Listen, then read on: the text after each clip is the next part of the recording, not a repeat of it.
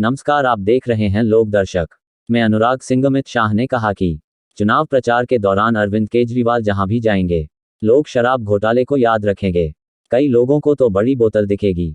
विपक्ष लगातार भाजपा पर यह आरोप लगा रही है कि अगर एनडीए 400 से ज्यादा सीटें ज्यादा जीत जाती है तो संविधान में बदलाव किया जाएगा। जब अमित शाह से संविधान बदलने को लेकर सवाल पूछा गया तो उन्होंने कहा कि हमारे पास पिछले 10 वर्षों से संविधान बदलने के लिए बहुमत था। ऐसा कभी नहीं किया। बहुमत के दुरुपयोग करने का इतिहास मेरी पार्टी का नहीं है। बहुमत का दुरुपयोग इंदिरा गांधी के समय कांग्रेस ने किया।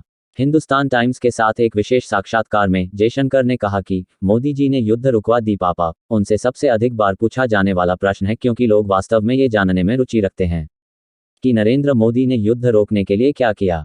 जयशंकर ने कहा कि ऐसे 2 मामले थे, एक खार्किव में और दूसरा सुमी में। पहला खार्किव में था, जो उस समय तोपखाने की गोलाबारी की रेंज में था।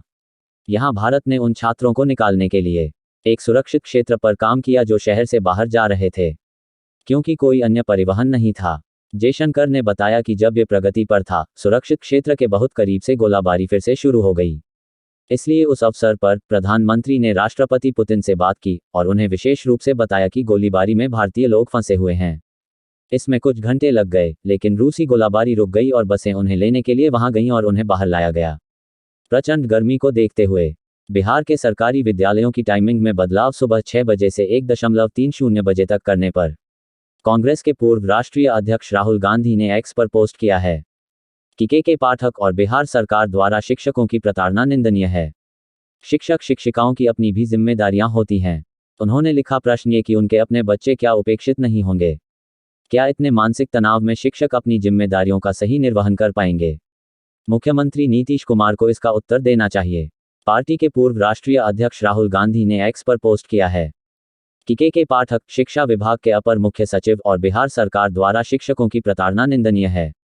शिक्षक शिक्षिकाओं की अपनी भी जिम्मेदारियां होती हैं। लोकसभा चुनाव 2024 अपनी समाप्ति की ओर बढ़ रहा है। देश के विभिन्न राज्यों में 4 चरण के चुनाव समाप्त हो चुके हैं।